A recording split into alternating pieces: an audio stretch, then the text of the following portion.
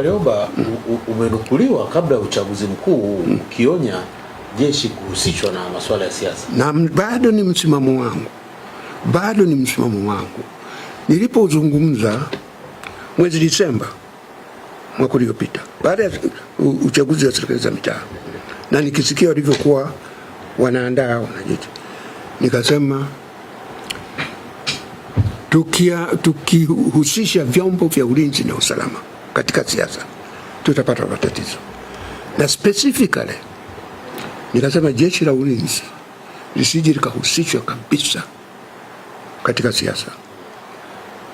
Sasa tunaona matokeo yake ya vyombo hivi kuhusishwa na siasa, lakini kubwa zaidi kwa vyombo hivi kuhusishwa kwa siasa vimegawanyika.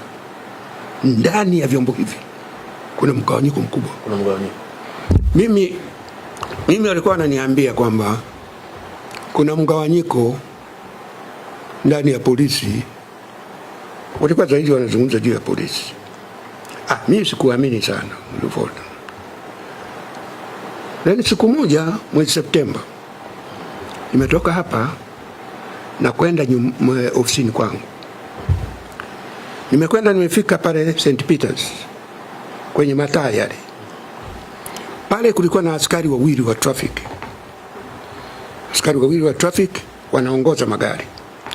Sasa wakati tunapiga kona, unakwenda kwa taratibu,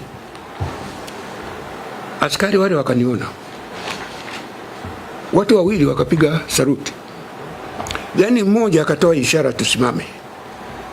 Kwa hiyo nikamwambia driver wangu tunapiga kona pale, tafute mahali apark. Kwa wale wanaofahamu mahali pale St. Peters, ukipiga kona ile unaingia Hele Sarasi. Pembeni pale kuna watu wanafanya kazi ya kuuza maua. Kwa hiyo tukaenda tukasimama pale. Wala askari wote wawili wameacha kuongoza magari, wamekimbia wamekuja kwangu pale. Wamefika, wamepiga saluti, wamenisalimu na bila hata kuchelewa wakasema, "Mzee, tunashukuru tumekuona. Tunaomba msaada wenu nyinyi wazee." Nasema wakati wote huu tulikuwa tunafanya kazi bila ubaguzi wa dini, bila ubaguzi wa kabila, lakini sasa siasa imetugawa sana. Tunafanya kazi kwa mazingira magumu. Sasa tunaomba msaidie ili hali irudi kama ilivyokuwa wakati wenu. Na wanazungumza ndani ya gari na driver wangu na msaidizi wangu, na pembeni pale kuna watu wanauza maua, wote wanasikia. Yani ilinitisha kwamba askari hao wanaona wamepata nafasi ile bila hata kujali nani anasikia.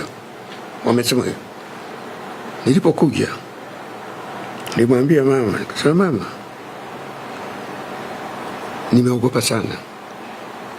Ukisikia kuna mgawanyiko katika chombo kinachotulinda unakuwa na wasiwasi."